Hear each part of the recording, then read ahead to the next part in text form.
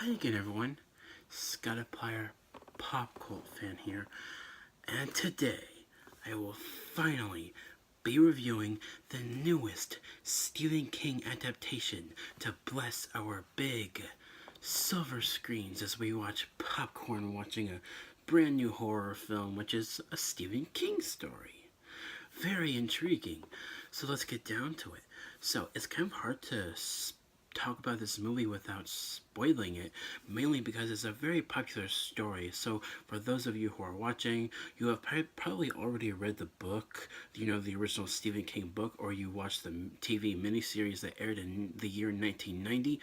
But if you're one of the rare few, like me, who went into this movie completely blind and not knowing much of anything, then that's probably good for you, and that's why I'm not going to spoil anything for the few of you who don't know the story.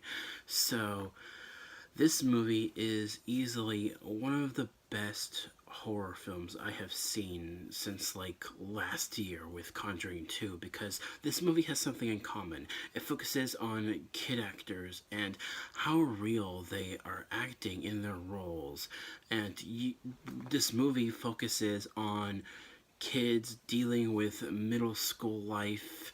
They're being bullied, and they're going through a lot of middle school bullshit, as well as dealing with this brand new menacing thing, this it thing that is terrorizing the town, making other kids in the town go missing. And this thing, it feeds on fear. It feeds on these kids' fears, because we are seeing, like, the main story of this movie is about these kids dealing with their fears. They are dealing with their fears of life, and that is very, very intriguing. This is a very Stephen King movie. It has a lot of Stephen King elements to it, and I really like that. This movie focuses on, it's a coming of age story for all of these kids, and you can easily watch this movie without a killer clown, because these kids are so intriguing to watch.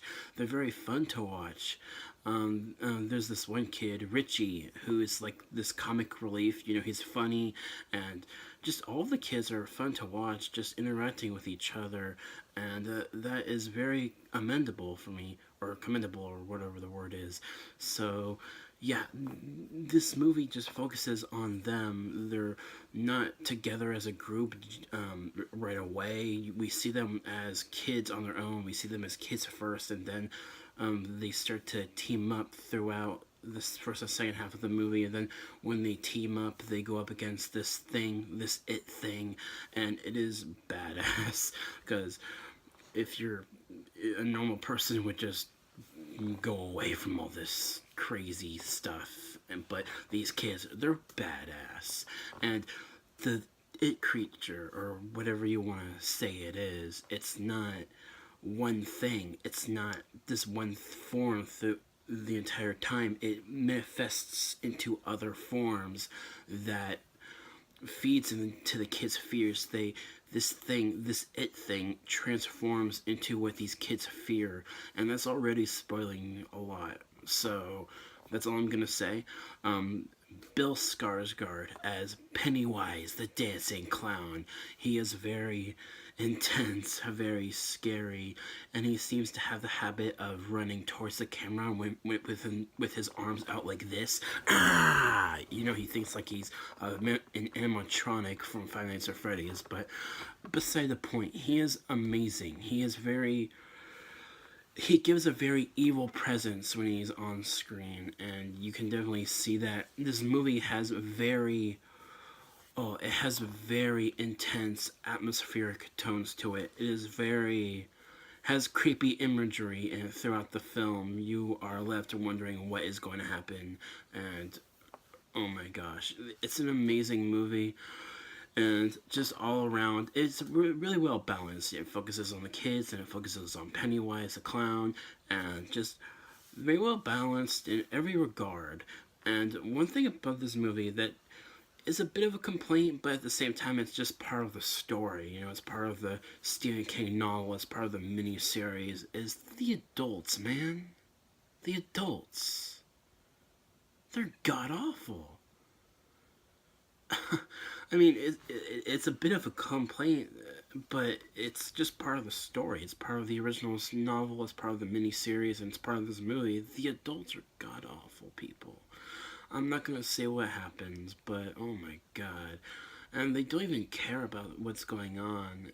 There's a bunch of videos like on the internet about how this it thing is affecting the entire town, like all the people, not just the kids' fears, but all the people. You know, there's a lot of videos on on the internet explaining what's going on with all the people in the town, not just the kids, and that probably explains why they're just god awful people, the adults. But I'm not gonna go into it too spoilery. But yeah, this movie is really good, and I love it. It is one of the best Stephen King adaptations in a while. It goes up there with like movies like Shining. Well, maybe not, but because Shining is still a very classic film that is very hard to top. But this movie goes pretty close to it. You know, it's pretty good, and it's just a really good movie. I give this movie an A. That is going to be it for this review. That's really all I have to say about this movie. It's just a really good movie, really well balanced with good levels of horror. And this movie also does not shy away from torturing the kids, not just mentally but physically too. There are some pretty gratuitous scenes in this movie because it doesn't focus on like blood and gore or anything, but when it does, it's pretty gruesome. They torture the kids in this movie, and that's pretty rare for a horror film because horror films they don't focus on like hurting the kids, you know, because they're kids. But this movie does not shy away from that. It's definitely an R-rated horror film, and oh my gosh, this movie is really good. And ugh, that's really all I have to say about this movie. Thank you guys so much for watching, and I'll catch you guys probably this Saturday. I can't do any reviews or anything tomorrow and Friday because of college, so that's going to be it. I'll see you guys this Saturday when I do whatever I do next. So thank you guys so much for watching, and I'll catch you guys next time. Bye everyone. Peace.